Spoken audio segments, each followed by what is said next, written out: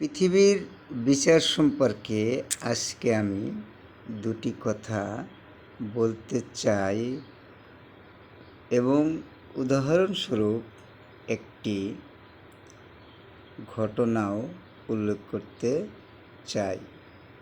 সেখানে ছিল ইরানি এক মহিলার মৃত্যুদণ্ড ঘটিত এক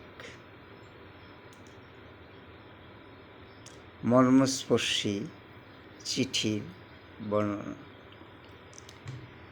22 অক্টোবর 2014 সালে ইরানি মেয়ে রেহানা জাওয়ারির ফাঁসি হয়ে যায়। ঘটনাটি ছিল এরকম: রেহানি জাওয়ারিকে ধর্ষণ করার জন্য একজন ধর্ষক আক্রমণ করে। ধর্ষকের হাত থেকে বাঁচার জন্য রেহানি ধর্ষকের বুকে ছুরিকাঘাত করে, যার ফলে ধর্ষক মৃত্যুবরণ করে। ইরানি আদালত ধর্ষক এবং রেহানির অপরাধকে বিচার করেছে এভাবে: সে ধর্ষক করতে গেছে, রেহানি তাকে রক্ষা করার জন্য ছুরিকাঘাতে ধর্ষককে হত্যা করেছে। শাস্তি ধর্ষকের হয়েছে যে জীবন রক্ষা এবং সতীত্ব রক্ষার জন্য প্রতিরোধ গড়ে তুলেছিল তার।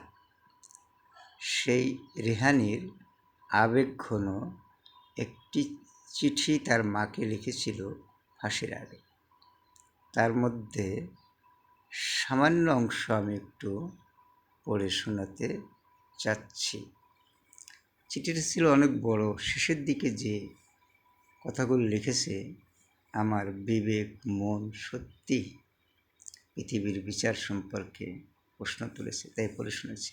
রেহানি তার মাকে লিখেছিল, মা, এই পৃথিবী আমাদের ভালোবাসেনি, চাইনি আমি সুখী হই, আবার মৃত্যুর আলিঙ্গনে তার পরিসমাপ্তি করতে চলেছে।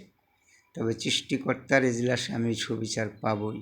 সেখানে দাঁড়িয়ে আমি অভিযোগের আঙ্গুল তুলব সেই সমস্ত পুলিশ অফিসারের দিকে, বিচারকের দিকে, আইনজীবীদের দিকে, আর তাদের দিকে যারা আমার অধিকার বুটের নিচে পিষে দিয়েছে, বিচারের নামে মিথ্যা অজ্ঞতার কুয়াশায় সত্যকে আড়াল করছে, একবারও বোঝার চেষ্টা করেনি চোখের সামনে যা দেখা যায় সেটাই সর্বদা সত্যি নয়।